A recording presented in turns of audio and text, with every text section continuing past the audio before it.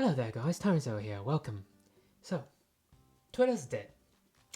And yeah, well, maybe not dead yet, but it has pissed a lot of people off, that's for sure.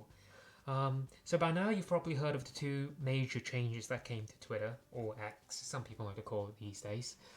And that is the change to the terms of service, which states that you agree that this license, blah blah blah, that you provide, promote, improve their services, including the ability for them to train their machine learning slash artificial intelligence models, whether generative or another type.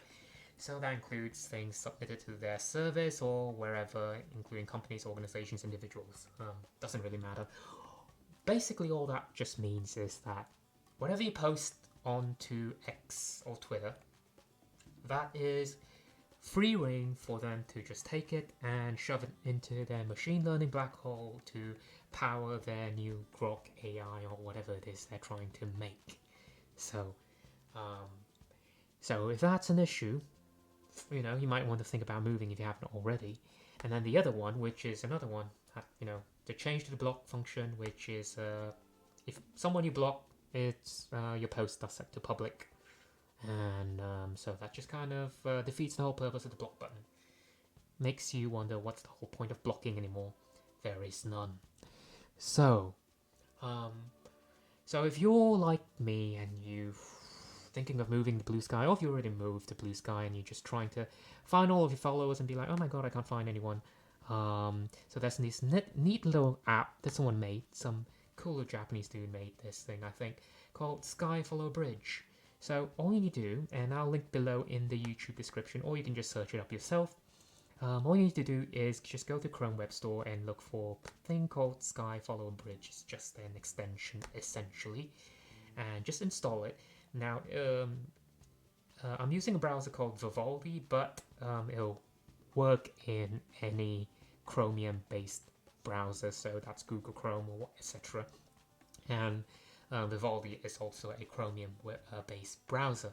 So if you just install Sky Follower Bridge, what you'll find is on the top right-hand corner, you will find this little thing right here called Sky Follower Bridge. Just input your Blue Sky handle and your Blue Sky password. If you haven't made a Blue Sky account yet, just make one and then put that in there. Then what you want to do is you want to go to your profile. I know it's all in Japanese, but over here, trust me, it just says profiru. That's profile. And then just go over here and then just look for, followers. And right here, just a photo. Just click over here and it'll just take you to your follower page. And this is just your verified followers. Doesn't really matter. Click up here and then just click on Find Blue Sky Users, and it will. So I've already did my search, so it's not really showing up anymore. But as you can see, it will just pop up a whole bunch of names of people that you happen to be following, or them following you, for example. So that's all. What you need to do. Now, once that happens, all you need to do is just click on your follow. Just click them, follow on Blue Sky, for example. I'm not going to do that because I haven't reviewed all of this yet. But just click on follow on Blue Sky, and then it should, in theory, take you straight to their profile, and then you can follow them over there. So that's one step to migrating to Blue Sky done.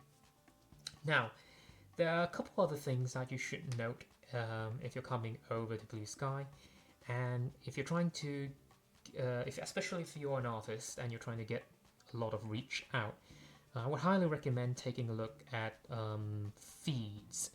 So if you've not looked at feeds before yet, there's a whole bunch of feeds that people have made. For example, there's like this art feed over here, Blue Sky Team, etc. And what you can do is just go over to that feed and just follow that feed, pin it to your profile, and then pin it to your timeline, and it should appear on the top over here. And I believe what that should do is that they should start showing up more art, not just on your timeline, but I believe they should also pull stuff from yours. Other than that, especially if you are a furry or you know, you don't even have to be a furry to just draw like anthropomorphic art and stuff. Highly recommend that you go to the furry art list, and then again, it says right here, join the furry feeds by just following furryli.st. Just follow them, and they should follow you back, and they should add you to the list. And what that should do is, and whenever you post a piece of art that is labeled hashtag furry art, that will appear in this list. Of course, if you don't want furry art, for example, then don't follow them or don't tag it. And so if you don't tag it, it won't appear in that list at all. Same thing with some of these art feeds, I believe, although some of them don't have art in it. But yeah, make use of feeds. They're quite useful. So there we go. That's Blue Sky done. Next up we have Kara. I highly recommend people take a look at Kara. It looks like Twitter as well, and I've not explored it too much, and actually I need to probably use it a hell of a lot more. But again, it has a very similar profile look as Twitter as well. So you have your all posts, and that just looks like your little bird app thingy. And one last thing, people might be thinking of Threads. I don't think a lot of people actually move to Threads, but Threads is an option, I think, maybe. Actually, I don't really think so, in my opinion, because just take a look at Meta's terms of service as well. Take a look at Meta's terms of service. It says, where does Meta get training information? Or as it takes such a large amount of training, blah blah blah, it doesn't really matter. What we really care about is, okay, we're not using people's private messages to train our AIs. So they're not using your private messages, but what they are saying is they're using, you know, information that is publicly available online and licensed information. So anything you post on Threads is technically public. So they're using that information. So they say they're not using private messages. So your DMs, that's all good. That's all fine. You know, that's protected. But outside of your DMs, that's being used, right? And another thing they also say is we're also not using information from accounts of users in the UK under the age of 18. In other words, we're using information from users over the age of 18. So they're still using it, as far as I'm concerned. And Meta's also doing their little robot thing and Gen AI, whatever, as well. So I don't really think Threads is the alternative. Now, I have looked at the Blue Sky terms of service. I've tried to find artificial intelligence. Can't find it. I tried to find train. Can't find it. Now, this doesn't mean it won't change in the future, like all platforms are. But at least for the time being, I think the real alternative right now is Blue Sky.